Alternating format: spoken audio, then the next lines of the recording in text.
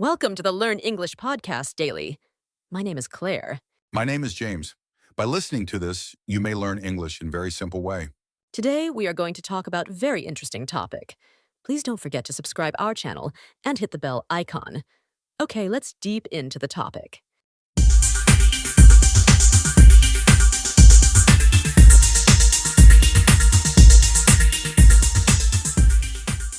Welcome to the deep dive. Today we are really unpacking something fascinating, a global entertainment strategy that's kind of wrapped up in this high-octane animated film, K-pop Demon Hunters. Right. And it's not just, throwing two popular things together, K-pop and anime. No, definitely not. This feels much bigger. It looks like a really calculated fusion of, Korean cultural power, the whole idol industry with the visual mastery you get from top-tier Japanese anime. We're basically looking at a potential new blueprint here for creating international IP. It's quite something. So we've dug through articles from places like Variety, the Financial Times, and looked at some fan wikis too, just to get the full picture. Yeah, our goal is to really break down the core pieces, this landmark collaboration, the surprisingly deep story themes, the characters, obviously, and maybe most importantly, the huge strategy behind it all. Our mission then is to kind of distill all this info and figure out why this project feels less like just a movie and more like a major case study in building media franchises today. Mm-hmm. And at the center of it, you've got True. That's Ishin in Korean, a fictional K-pop girl group. But they're not just a girl group, right? That's the hook. Exactly. When they're off stage, they're secretly humanity's last defense against these supernatural things called eclipse. And the music, the dancing, that's actually part of the demon hunting. It is. Their music and their choreography are literally how they channel their magic. So their performances, they're actually these incredibly complex demon fighting maneuvers hidden in plain sight. Okay, so that's the concept. Let's unpack this collaboration first, because, to pull something like this off, you need serious players. Mm-hmm. What makes this HYBE and Production IG partnership so significant? Well, it's fascinating how they managed to bridge, two really different corporate and creative worlds. You've got HYBE from South Korea. BTS people. Bass. The absolute giant. Yeah. Known for music, artist development, global fan engagement like nobody else. So their involvement means the K-pop side of things, the look, the sound, the characters' backstories, the training stuff, it all feels totally authentic. Right. And then the other side. Production IG from Japan. Just legendary in animation. Think Ghost in the Shell, Haikyuu. They bring that incredible animation quality, the really fluid action, the detailed world building you expect from top tier anime. Okay, but the sources mentioned this wasn't exactly an easy mix, right? Did they talk about the challenges? Like K-pop moves super fast, it's very controlled, versus traditional anime production, which is meticulous, takes forever. That's a really key point. The whole success story here is about overcoming that friction. HYBE apparently shared a lot of internal insights about the idol experience, making sure the scripts felt real. Oh, okay. And Production IG's animators, they had to seriously adjust. We read they spent months studying real K-pop choreography. Not just watching videos, but actually studying it. Yeah, motion capture, the physics of it all. Yeah. They needed to make sure that when a character dances and suddenly throws fire or, manipulates concrete, it looked seamless, believable, even with the magic. Wow. So it wasn't just like, here's some money, make an anime with our music. It was deeply integrated, a genuine merger of styles, which is why the quality is so high and why it seems to respect both K-pop fans and anime fans. That integration really seems to feed into the story itself. Let's talk about the world and the villains. Mm-hmm. It's set in this kind of alternate soul neon lights, high energy. Very vibrant, yeah. But underneath all that, there's this hidden war going on. And the villains, the Eclipse. Mm-hmm. They sound more complex than just generic monsters. Oh, definitely. They're not just like brute force demons. They're described more like psychic parasites, really cunning.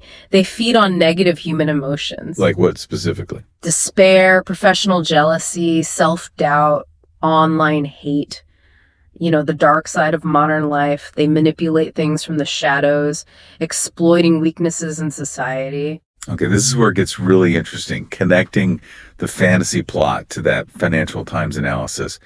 The film seems to be using this whole supernatural battle as a big metaphor. A very powerful, sustained metaphor, yeah, for the actual psychological pressure cooker that idols live in, the real K-pop industry. So the duality is the core.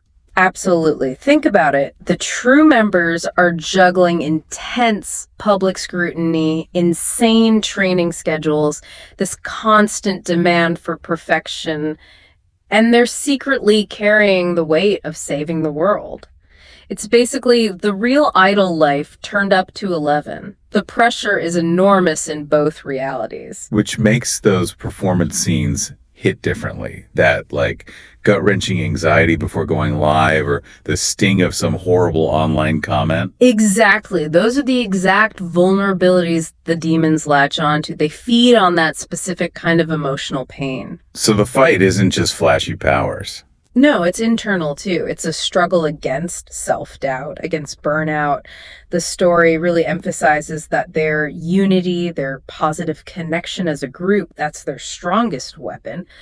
It adds real emotional depth, and it's kind of a commentary on mental health in these super high-pressure creative fields. The industry itself becomes both the stage for heroism and the breeding ground for the monsters. Okay, let's look at the characters. How does this duality play out in the members of True? Their powers are tied to their struggles, right? Yeah, they did a great job with that.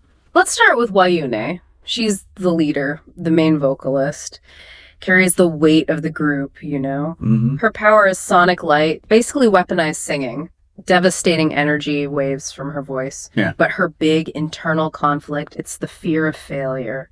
The fear her voice won't be strong enough, that she'll let the team down. If she doubts herself, her power becomes unstable, dangerous. Wow, that's a direct link.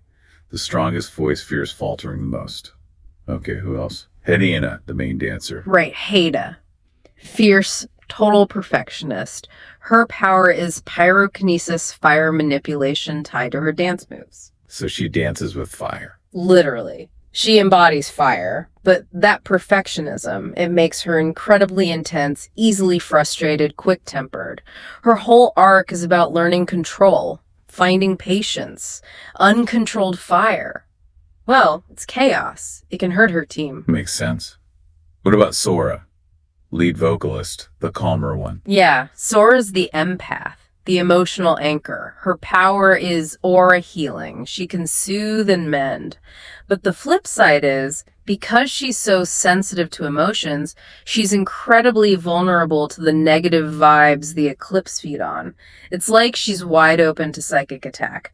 Her biggest strength is also her biggest weakness. And Mayon, the rapper and strategist. Sharp, witty, maybe a bit cynical. Her power is geomanipulation, controlling earth and concrete, the urban environment around them. Cool. Like bending the city. Kind of, yeah. Her conflict is about learning to trust the team, overcoming that cynical edge to really connect. And finally, Aera, the youngest, the Mac Knight. Right, the spark of the group.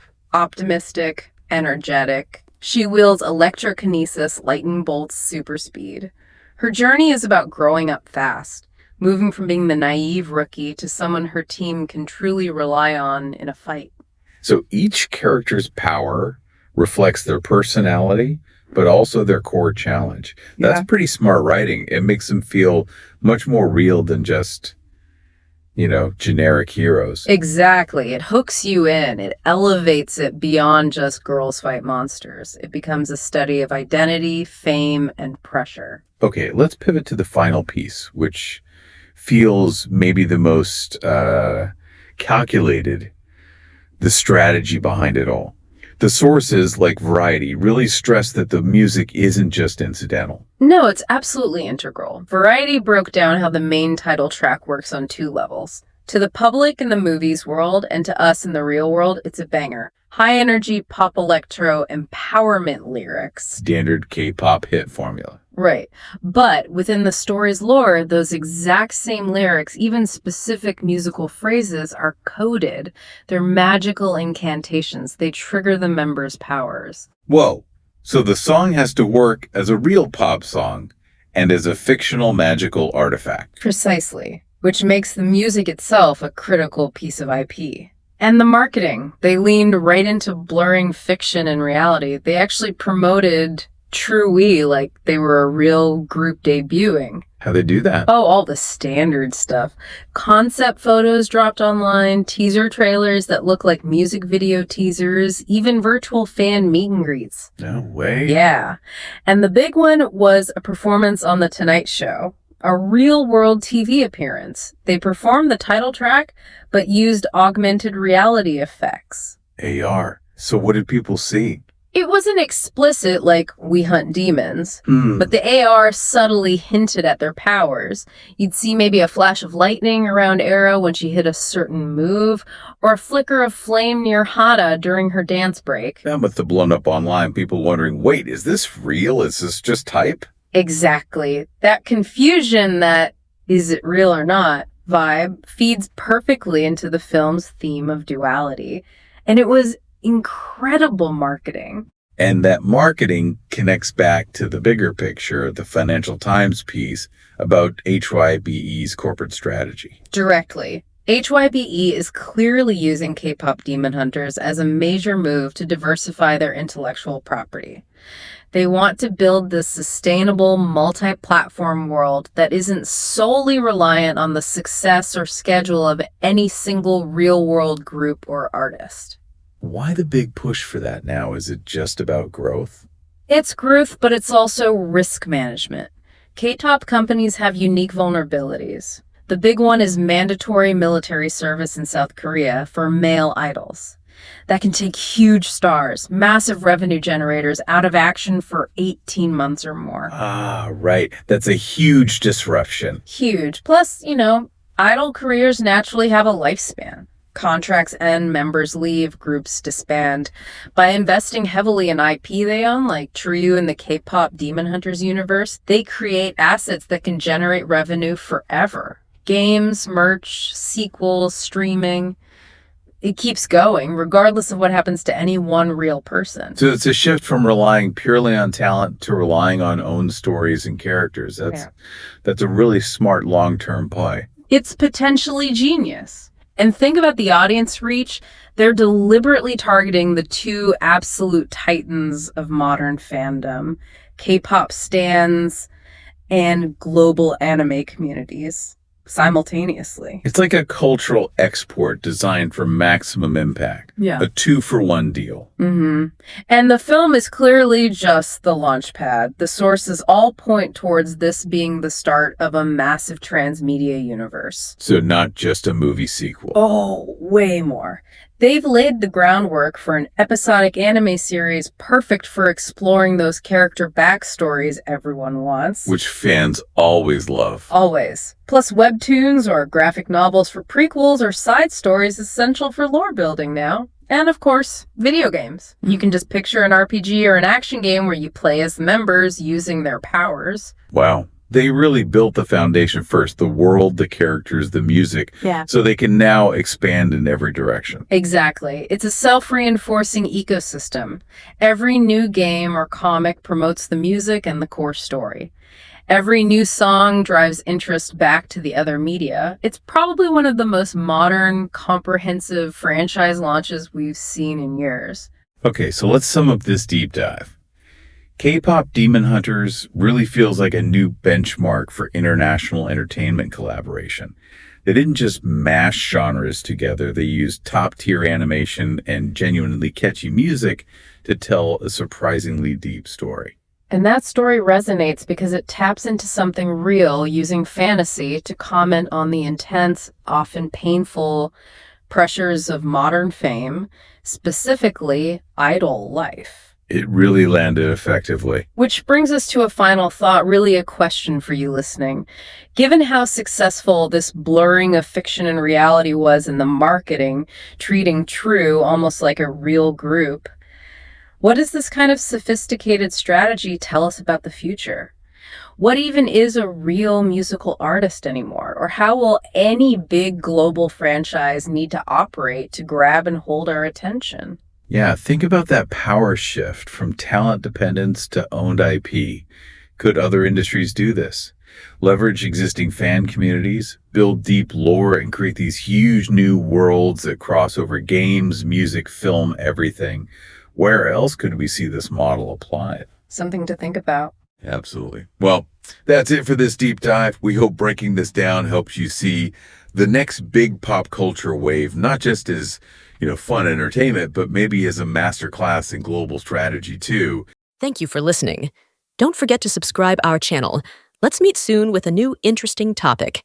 Have a nice day.